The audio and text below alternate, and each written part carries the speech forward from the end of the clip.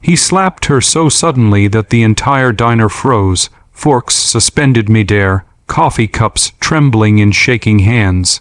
At 78 years old, the widow's frail body nearly lost balance, her glasses slipping down her nose as silence crashed heavier than the sound of the strike itself.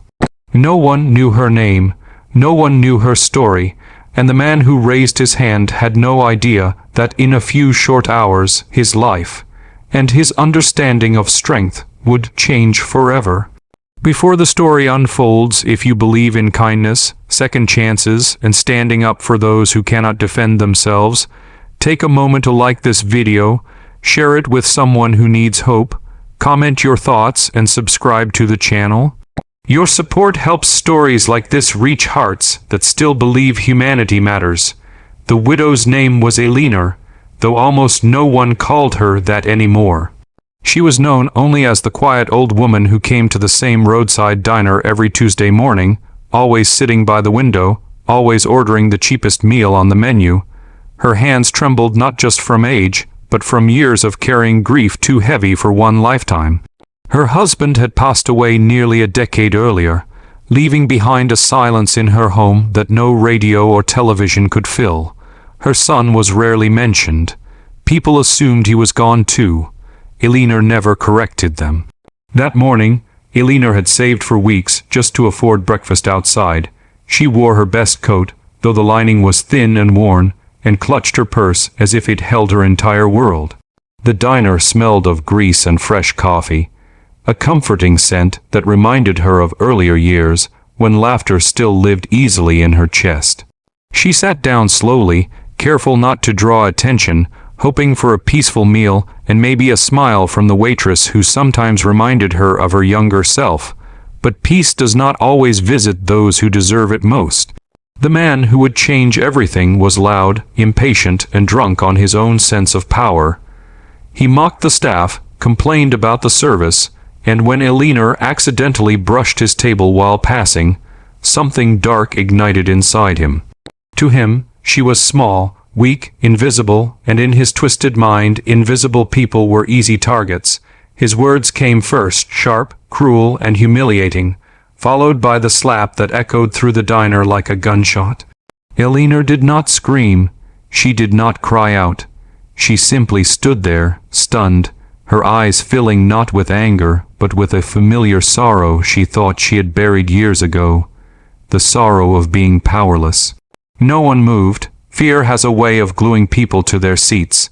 Eleanor slowly reached up and adjusted her glasses with shaking fingers. She whispered an apology that no one deserved and bent down to retrieve her fallen purse.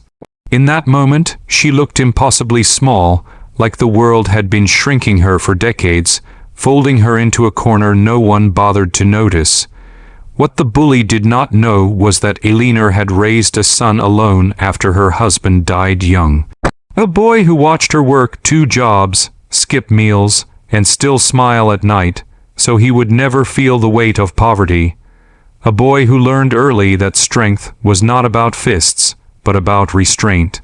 That boy grew into a man forged by discipline, sacrifice, and service.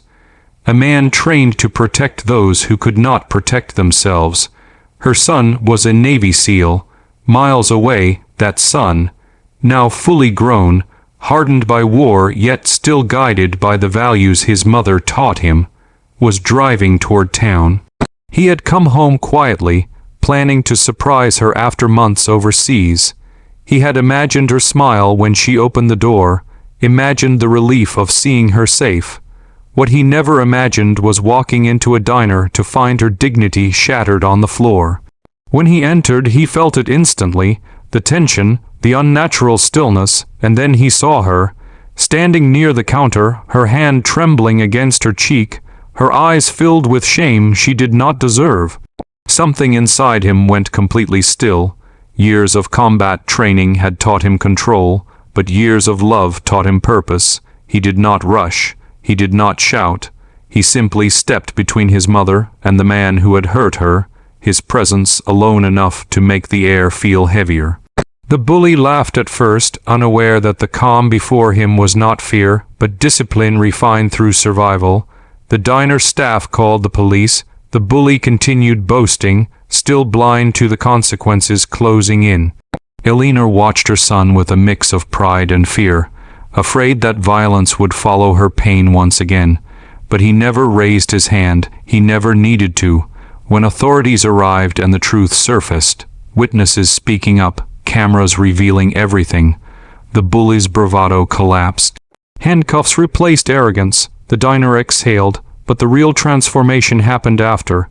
Eleanor sat back down, her son beside her, holding her hand the way he did when he was a child afraid of thunderstorms. She cried then, not from pain, but from release. For the first time in years, she felt seen, protected, valued. The diner owner comped her meal. Strangers apologized for their silence. Some cried openly.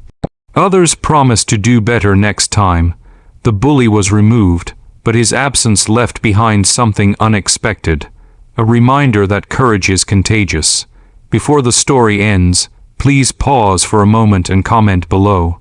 What would you have done if you were in that diner? Your voice matters more than you think.